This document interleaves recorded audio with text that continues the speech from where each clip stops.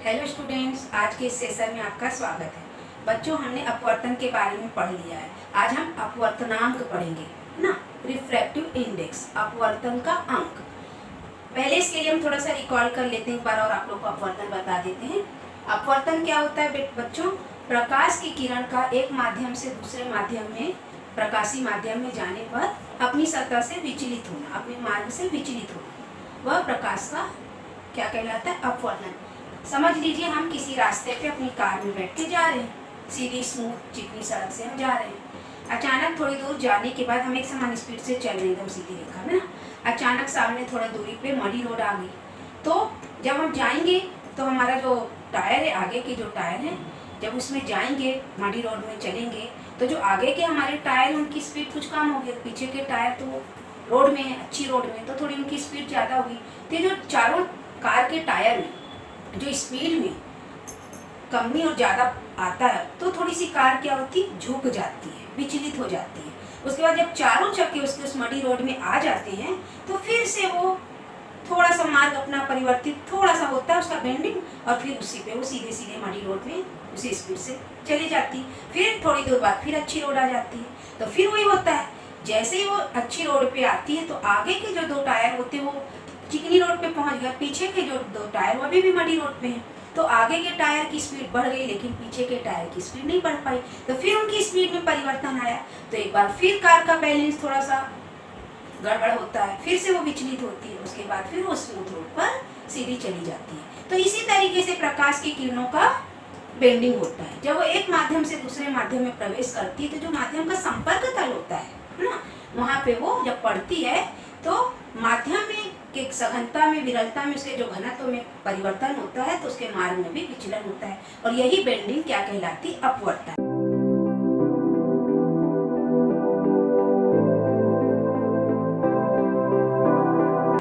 ये जो अपवर्तनांक है बच्चों, ये हमको क्या क्या बताता है? इस अपवर्तन अंक से हमको क्या क्या चीजें पता चलती हैं? पहला तो ये पता चलता है कि प्रकाश किरण कितनी विचलित होगी, मतलब उस कोण को बताता है। हम जानते हैं कि जब प्रकाश की किरण एक माध्यम से दूसरे माध्यम में जा रही है ना, ये मान लीजिए हवा है, और ये हमारा कांच, पानी, कुछ भी हो सकता है। समझ लीजिए यहाँ पे कांच है हमारा, प्रकाश की किरण हवा से कांच में आ रही है। तो जो हवा से कांच में आ रही है, और ये आपतन बिंदु है, संपर्क सतह है पूरी, ये कौन सी है? संपर्क सतह, पृष्ठ है, और ये जो बिंदु है आपतन बिंदु। जब इस पर प्रकाश की किरण आपतित होगी, और ये अभिलंब है, नॉर्मल काल्पनिक रेखा 90 डिग्री वाली, तो जब वो इस पर आपतित होगी तो कोण बनाएगी, किसी न किसी कोण से आपतित होगी। उसके बाद जैसे संपर्क सतह से दूसरे घनत्व के माध्यम में प्रवेश करेगी, तो विचलित होगी। तो वो कितनी विचलित हुई, मतलब कितने कोण से?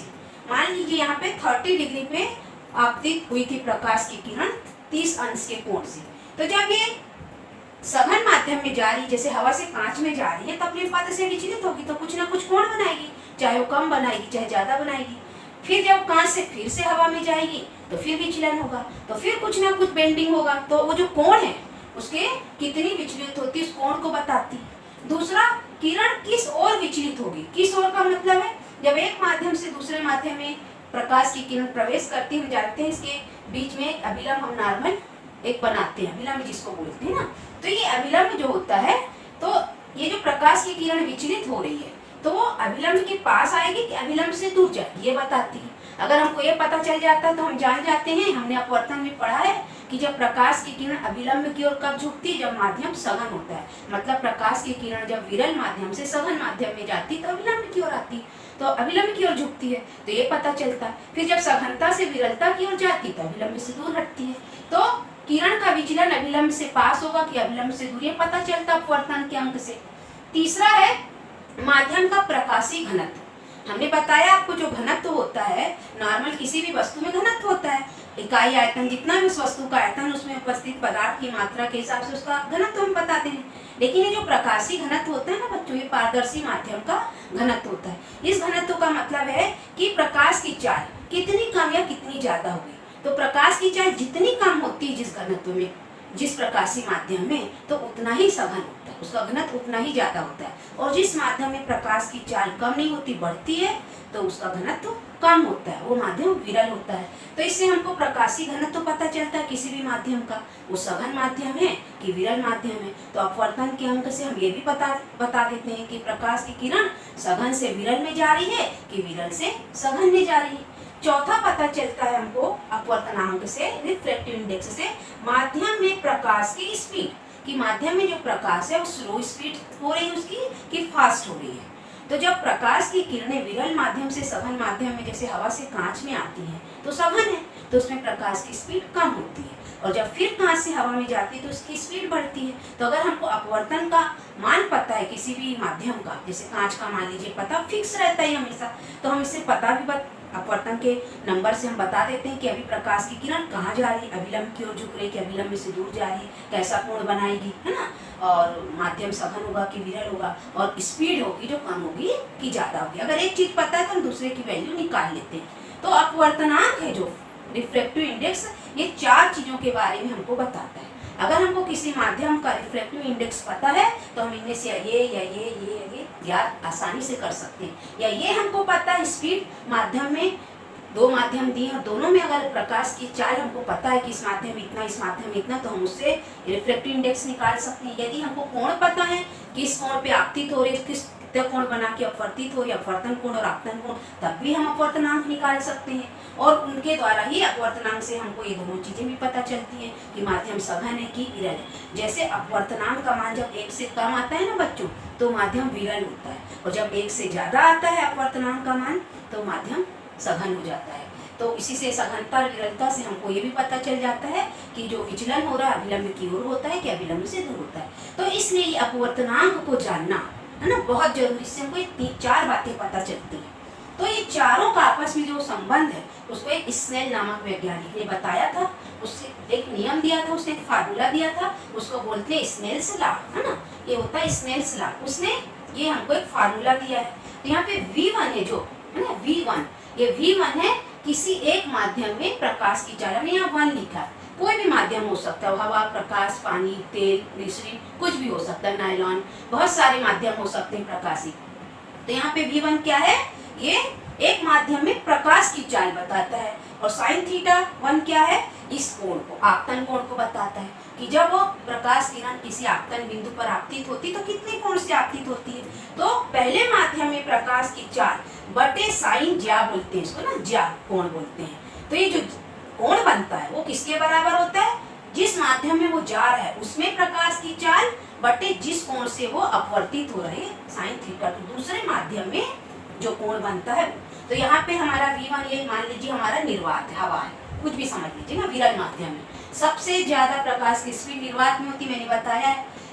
और प्रकाश को गमन के लिए किसी माध्यम की आवश्यकता नहीं ना, जैसे ध्वनि को माध्यम चाहिए, निर्वात में भी प्रकाश अबाध मतलब निर्बाध गति से बहता, क्यों गमन करता है, क्योंकि उस समय एक भी उसमें वो नहीं रहते, धूल के कण, मिट्टी, जितने भी वायुमंडल में सब मिले हुए रहते हैं ना, कुछ भी नहीं रहता निर्वात में। तो प्रकाश की स्पीड सबसे ज्यादा निर्वात में होती, तो समझ लीजिए निर्वात ही है। निर्वात के बाद प्रकाश की किरण किसमें जा रही, कांच में जा रही, तो V1 मतलब निर्वात में प्रकाश की चाल हो गई, और θ1 जो साइन θ1 होता है वो आपतन कोण हो गया। फिर दूसरे माध्यम में हो गई प्रकाश की चाल, अगर हमने कांच लिया है तो V2 क्या हो गया, कांच में प्रकाश की चाल हो गई, और ये θ2 क्या हो गया, जो यहाँ पे अपवर्तन या विचलन के बाद बनने वाला कोण हो गया। और आप चित्र में अच्छे से देखना, हमने बताया है जब प्रकाश की किरण विरल से सघन में जाती तो अभिलंब की ओर झुकती है, तो इस स्थिति में अपवर्तन कोण आपतन कोण से क्या हो जाता है, कम होता है। तो जो I होता है बेटा वो क्या होता है बच्चों, हमेशा R से बड़ा होता है,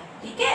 कब, जब माध्यम विरल से सघन हो रहा है, ठीक है, सघन विरल माध्यम से सघन माध्यम में जाता है तो आपतन कोण हमेशा अपवर्तन कोण से बराबर होता है।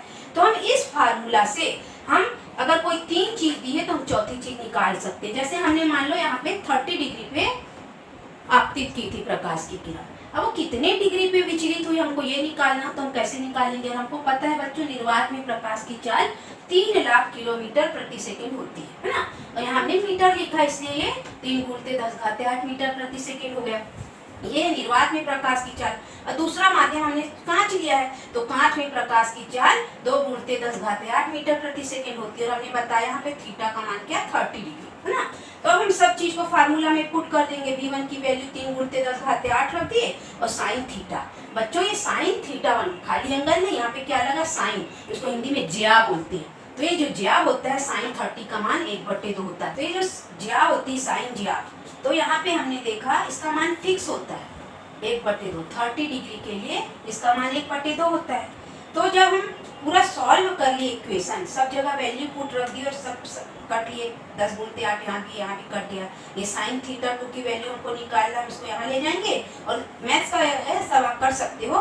तो यहाँ पे 3 आ जाएगा, तो साइन थीटा 2 की वैल्यू आएगी 1/3 1/3।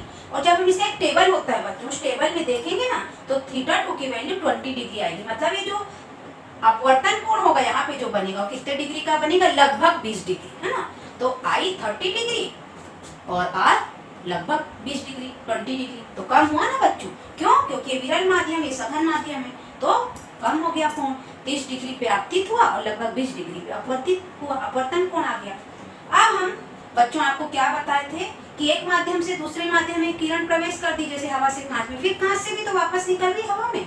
तो जो आपतित किरण थी वो अपवर्तित हुई, फिर दूसरे माध्यम में, जैसे मान लीजिए हमारा कांच का गुटका ही समझ लीजिए है, यहाँ पे आई, ये सघन हुआ, फिर यहाँ से निकली। तो ये जो आपतित किरण थी यहाँ पे अपवर्तित हुई। इस सतह के लिए यही अपवर्तित किरण अब क्या हुई, आपतित किरण इस अभिलंब के साथ फिर जब ये निकलेगी तो ये निर्गत किरण होगी, है ना। यहाँ पे जो कोण बनेगा निर्गत कोण बनेगा। तो यहाँ का बना कोण और यहाँ का बना कोण मैंने बताया था आपस में क्या होते हैं, बराबर। अगर यहाँ पे कोण 30 डिग्री पर आपतित हुआ, आपतन बिंदु पे 30 डिग्री का आपतन कोण बना है, तो निर्गत कोण भी 30 डिग्री का ही होगा। इसको भी अभी हम सिद्ध कर लेते हैं इसी स्नेल्स फार्मूला से। अब हम इस इक्वेशन को उल्टा कर दें। मान लीजिए अभी तक हम क्या बोल रहे थे कि प्रकाश की किरण कहाँ से आ रही है, हवा से कांच में आ रही है ना। अब हम इसको एरो को चेंज कर दें, चलिए हम दूसरा ही बना लेते हैं डायग्राम, ठीक है। अब ये अभिलंब है हमारा और प्रकाश की किरण समझ लीजिए कांच से हवा में जा रही है। जगह कम है, यहीं पे बताऊंगी तो आप लोग को समझ नहीं आएगा, एकदम डिस्टर्बेंस हो जाएगा ना। तो मैं इसी चीज को उल्टा कर दी।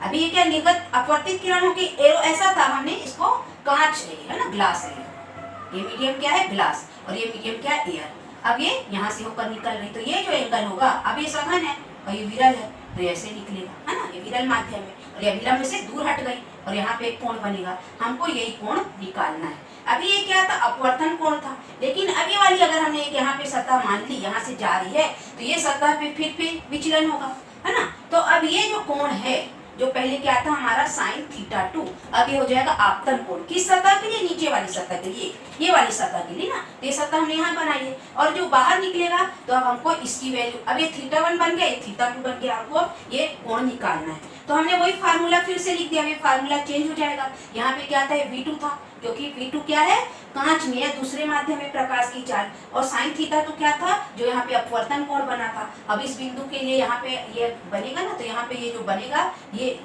यहाँ पे एक अन्य अभिलंब खींच देंगे, तो यहाँ पे जो कोण बनेगा ये थीटा 2, ये कोण और ये कोण बराबर होते हैं, क्योंकि ये क्या है, अभिलंब दोनों समानांतर है। तो हमने समानांतर रेखाएं जब तिर्यक होकर काटती, तो मैथ्स में हमने पढ़ा ये कोण बराबर होता है। तो ये अगर लगभग 20 डिग्री आया तो ये भी 20 डिग्री आएगा, ये थीटा 2 तो ये भी थीटा 2। ये अभी अपवर्तन कोण है, अभी आपतन कोण हो गया इस सतह के लिए। तो हम इस चीज को साइन थीटा 2 की जगह क्या रख देंगे, जो हमारी वैल्यू आई थी 1/3 लगभग 20 डिग्री, है ना। तो हम सीधे उसकी वैल्यू रख दिए। और V1 क्या है, निर्वात में प्रकाश की चाल, हमको पता है 3 × 10⁸ है। अब हमको ये निकालना है बच्चों, ये थीटा 1 मतलब जो बाहर गया, हमने बताया है यहाँ पे जो आपका कोण बनेगा आपतन को, और यहाँ से जो निर्गत कोण होके निकलेगा बराबर होना चाहिए। थीटा 1 था तो इसको भी हमने थीटा 1 मान लिया निर्गत कोण। जब सारी वैल्यू हम रख देंगे और हम पूरा सॉल्व करेंगे तो देखिए बच्चों 1/2 आएगा। तो साइन थीटा का मान 1/2, ये देखिए जो यहाँ पे लिखा है 1/2 मतलब 30 डिग्री। और हमने शुरू में आपको बताया थीटा 1 मतलब 30 डिग्री पर हमने किरण को आपतित की थी, तो निर्गत कोण जो बन रहा है वो भी 30 डिग्री पर बन रहा है।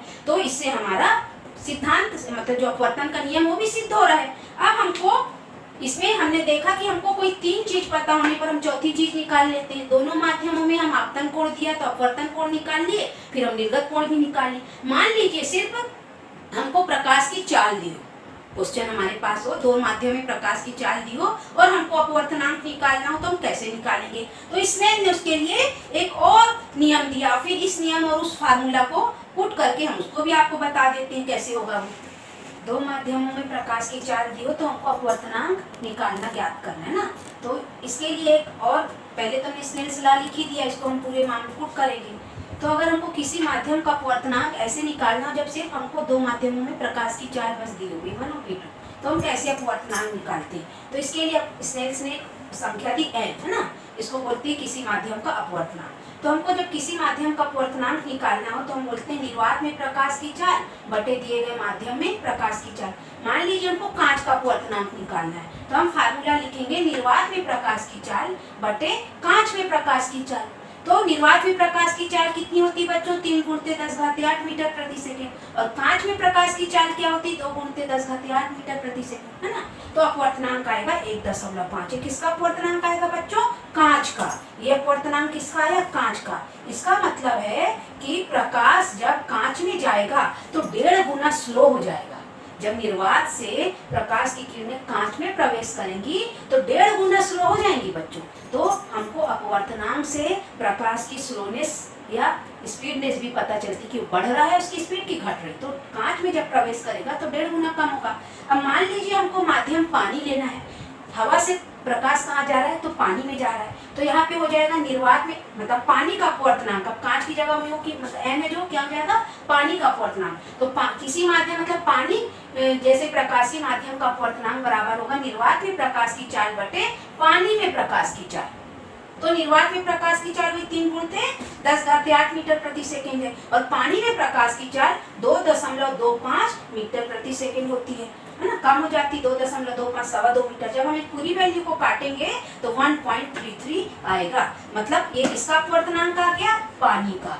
इसी तरीके से बच्चों हम तारपीन का तेल, नायलॉन, है ना, ग्लिसरीन, इस तरीके से बहुत सारे जो प्रकाशीय माध्यम है उनका अपवर्तनांक निकाल लेते हैं। तो इससे पता चला हवा में, जब हवा से पानी में प्रकाश की किरणें जाएंगी तो 1.33 गुना स्लो हो जाएंगी पानी में प्रवेश करते। तो इस तरीके से अपवर्तनांक से हमको मतलब अगर प्रकाश की चाल दो माध्यम में दी है तो हम अपवर्तनांक निकाल सकते हैं, और यदि किसी माध्यम का अपवर्तनांक दिया है तो हम उस माध्यम में प्रकाश की चाल क्या होगी निकाल सकते हैं। और निर्वात में प्रकाश की चाल तो फिक्स है, पता है सबको, हर बच्चे को पता होता है, 3 × 10⁸ मीटर प्रति सेकेंड। अभी स्नेल्स के लॉ में हम ये V1 और V2 की वैल्यू इसी फार्मूला से पुट कर देंगे और हम इसको आगे सॉल्व करेंगे तो क्या होगा। अब हम C क्या हो गया बच्चों, C क्या है, निर्वात में प्रकाश की चाल, है ना। और N1 क्या है, यहाँ हमने अभी आपको बताया था, ये अभी हम आपको इसको हम रफ करके आपको बताते हैं ये फार्मूला कैसे आया था। तो यहाँ पे हमने क्या लिखा था, किसी माध्यम का अपवर्तनांक ना, मान लीजिए हम माध्यम A लिए हैं तो ये हो जाएगा C और उस माध्यम में प्रकाश की चाल हो जाएगी V1। हम अगर माध्यम ले लेंगे N2 तो निर्वात में प्रकाश की चाल बटे हो जाएगा V2। अब हम V1 का मान निकालेंगे बच्चों तो यहाँ C/N1 आएगा, और हम यहाँ पे अगर V2 का मान निकालेंगे तो ये हो जाएगा C/N2। और हम ये वैल्यू को, V1 की जो वैल्यू है उसको इस फार्मूला में पुट करेंगे और V2 की वैल्यू को इस फार्मूला में, इसीलिए हमने इसको नंबर 1 दे दिया और हमने यहाँ पे देखिए पुट कर दिया। V1 की वैल्यू हमने C/N1 कर दी और V2 की वैल्यू हमने C/N2 और नीचे जो sin θ1 और sin θ2 सीधे लिख दिया। अब ये C और C कॉमन है, ये कट गया तो हमारा फार्मूला ये N1 नीचे चला जाएगा और यहाँ 1 आएगा। अब ये देखिए C/N1 sin θ1 और C/N2 sin θ2। अब ये C और C कॉमन, यहाँ 1 हो गया। फिर हम इसको क्या करेंगे, सेम वैल्यू होने पर इसको ले जाएंगे ऊपर, ये मैथ्स के टर्म से आप जानते हैं, तो ये हो जाएगा N1 sin θ1 = N2 sin θ2। N1 क्या होता है बच्चों, किसी एक माध्यम में प्रकाश की चाल, और साइन कीजिए आप किससे कोण से वो आपतित हो रहा, आपतन कोण है। ये दूसरे माध्यम का अपवर्तनांक, और दूसरे माध्यम में जब प्रकाश की किरण गई तो वो कितना कोण बनाएगी, कितनी अपवर्तित होगी। तो अगर इसमें कोई भी 3 चीज दी है तो हम चौथी चीज निकाल सकते हैं। जैसे अभी हमने आपको बताया था कि आपतन कोण जो निर्गत कोण आपस में बराबर होता है, हम उसको सॉल्व भी कर सकते हैं, निकाल के बताए। अब हमको अपवर्तनांक निकालना है ना। अभी हमने आपको इस फार्मूला से यहाँ पे जब हमने किया था तो कांच का अपवर्तनांक 1.5 निकाला था, है ना। अब हमको हवा का अपवर्तनांक निकालना है कितना होता है, पानी का भी हमने निकाल लिया था, हमको हवा का निकालना, हमको सिद्ध करना है। तो हमारा जो N1 है ना, हवा है, पहला माध्यम हमारा हवा है तो हवा का अपवर्तनांक, और ये आपतन कोण हुआ, और ये कांच का अपवर्तनांक, और कांच में जो हमारे बन रहा है। तो हम यहाँ पे जब हम n1 की वैल्यू निकालना, हमने साइन 30 डिग्री माना था, अभी हमने आपको बताया था। तो साइन की जगह 1/2 मतलब यहाँ पे 30 डिग्री आपतन कोण बना था, तो 30 डिग्री की जगह हमने सीधे सीधे 1/2 रख दिया जो हमने निकाला था। और n2 हम जानते हैं कांच का अपवर्तनांक कितना होता है 1.5, और वहाँ पे हमको कौन सा कोण जो कोण बना था वो कितना बना था 1/3 आया था। तो 1/3 मतलब जो कोण बना था लगभग 20 डिग्री था, और उसकी वैल्यू हमने पुट कर दी। और जब हम सब चीज को काटेंगे पीटेंगे तो हमारे लिए जो n1 आएगा 1 आएगा। तो ये किसका अपवर्तनांक है बच्चों? हवा का अपवर्तनांक है। तो इस तरीके से हम निकाल लिए, हमारी सारी चीजें सिद्ध हो गई। 2 रूल आपको स्नेल्स से पता चल गया है ना, एक तो ये फार्मूला था और एक ये वाला फार्मूला बना। एक हमारी किताबों में छत्तीसगढ़ प्रकाशन की किताब में दिया एक और मेथड, तीसरी एक मेथड भी है अपवर्तनांक निकालने की, तो हम उसको भी सीख लेते हैं। ये थोड़ा हायर स्टैंडर्ड का है, ये हमने जान लिया। अब हम एक तीसरी मेथड भी सीख लेते हैं। तीसरी विधि बच्चों अपवर्तनांक निकालने की आपकी किताबों में टेक्स्ट बुक में दी है। ये जो लंब गिरा हुआ इससे है, तो हम इसको आपको पूरा डायग्राम बना के बताते हैं। ये हमने कांच के गुटकों को समझ लिया, उसका आरेख बना लिया है।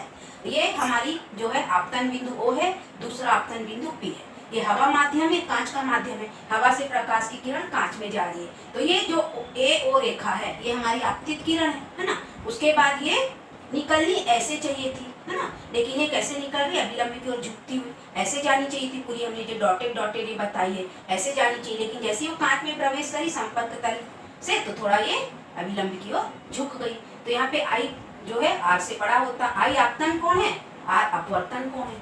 तो इस बिंदु को हम केंद्र मानकर ऐसे प्रोटेक्ट प्रकार रख के गोला बना लेते हैं। तो जब हम गोला बना लेते हैं, ये हमारा अभिलंब है और ये हमारी क्या है? आपतित किरण है। तो ये आपतित ये गोला बनने से बच्चों ये जो A और O हो गया ये क्या हो गई? त्रिज्या हो गई।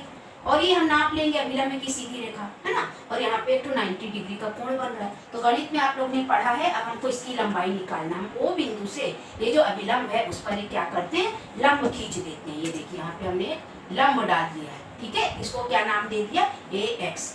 ऐसे ही जब ये अपवर्तित किरण जा रही है तो यहाँ पे भी हमने ये हमारा अभिलंब है और ये हमारी क्या है? अपवर्तित किरण है। तो ये अपवर्तित किरण के साथ इस अभिलंब पर फिर एक लंब डाल दिया, इसको नाम दे दिया FY। F बिंदु से Y की ओर हमने लंब डाल दिया। तो इन दोनों लंबाइयों का अनुपात जो होता है AX/FY, ये म्यू, इसको क्या बोलते हैं बच्चों? म्यू। ये अपवर्तनांक है उस माध्यम का। तो यहाँ पे हमको कांच का अपवर्तनांक पता चलेगा हवा के सापेक्ष, है ना, ये होगा कांच का अपवर्तनांक हवा के सापेक्ष। तो हवा में जो ऊपर की तरफ जो अभिलंब खींचा गया उसकी लंबाई, लंब खींचा गया जो, और ये कांच में जो माध्यम है उसमें जो लंब खींचा गया है उसकी लंबाई, तो AX/FY। और इसको X को कैसे निकालते हैं पता? आप लोग पढ़े होंगे पाइथागोरस प्रमेय से। पाइथागोरस प्रमेय में क्या होता है? ऐसा त्रिभुज जिसका एक कोण समकोण होता है, ऐसा हमारे पास एक त्रिभुज रहता है जिसका एक कोण समकोण होता है, ये होता कर्ण, ये होता आधार, ये होता लंब। तो कर्ण का स्क्वायर बराबर होता है आधार का स्क्वायर धन लंब का स्क्वायर। अब हमको ये लंब निकालना है तो हम इसको कर्ण के स्क्वायर से इस का जो स्क्वायर आधार का उसको माइनस कर देते हैं, हमारा ये निकल आता है। तो इसी तरीके से हमको इसकी लंबाई और उसको अंडर रूट कर देते हैं, उसका वर्गमूल निकाल लेते हैं, तो ये हमारा निकल जाएगा। एक तरीका ये है। अब हम जब प्रकाश की किरण हवा से कांच में या कांच से कहाँ जाएगी? हवा में। तो यहाँ पे हमने जो डॉटेड दिया है इसी चित्र को हमने यहाँ पे आपको अच्छे से बताने का प्रयास किया। अच्छे से देखिए, यही चित्र यहाँ पे है ना। अब प्रकाश की किरण क्या हो रही है? कांच से हवा में जा रही है। जब कांच से हवा में जा रही है तो ये जो कोण है ये अपवर्तन कोण है, ठीक है। और ये अब यहाँ पे क्या हो गया? इस बिंदु के लिए ये आपतन कोण हो गया। ये देखिए ये बिंदु P, तो ये जो अपवर्तन कोण था यहाँ पे आके ये इस बिंदु के लिए आपतन कोण हो गया। और ये दोनों रेखाएं देखिए, ये और ये समानांतर है ना। तो समानांतर रेखा को विभाजित करी तिर्यक रेखा। तो हम जानते हैं जब ऐसी रेखा, ऐसे कोई रेखा तिर्यक इसको काटती है तो इनके बीच जो कोण बनते हैं वो क्या होते हैं? बराबर होते हैं। इस पे ये इसके बराबर होता है ना। तो यहाँ पे यही चीज हो रहा है। तो यहाँ पे ये जो R है और ये जो I है ये बराबर हो गए। ये समझ लीजिए एक अपवर्तन कोण और इस माध्यम के लिए आपतन कोण, ये बराबर हो गए।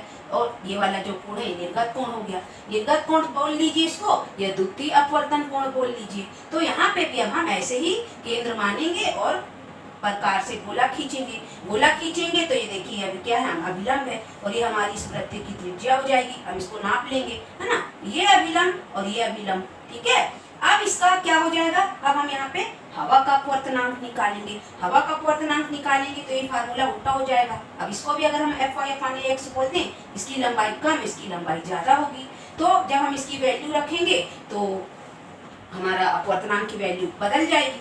तो इस तरीके से हम अपवर्तनांक को एक माध्यम से दूसरे माध्यम के सापेक्ष निकाल सकते हैं। और ये हमारा जो निर्गत कोण है, और ये कोण हमारा I, और ये E बराबर हो जाएगा। ये कोण इसके बराबर होगा, ये कोण इसके बराबर होगा। और हमने आपको क्या बताया था बच्चों, ये किरण निकलनी ऐसे चाहिए थी, लेकिन ये निकल रही ऐसी। तो निर्गत किरण है जो, ये आपतित किरण के समानांतर होती है, और आपतन कोण निर्गत कोण के बराबर होता है। इस तरीके से बच्चों हमको विचलन का जो अंक होता है, अपवर्तन का अंक, अपवर्तनांक, उससे हम बहुत सारी चीजें ज्ञात कर सकते हो। चारों बिंदु मैंने आपको बताया है। तो उम्मीद है बच्चों आप लोग को ये कंटेंट अच्छे से समझ में आया होगा। फिर भी अगर कोई पॉइंट आपको समझ में नहीं आया हो तो आप कमेंट बॉक्स में कमेंट कर लीजिएगा। Bye bye.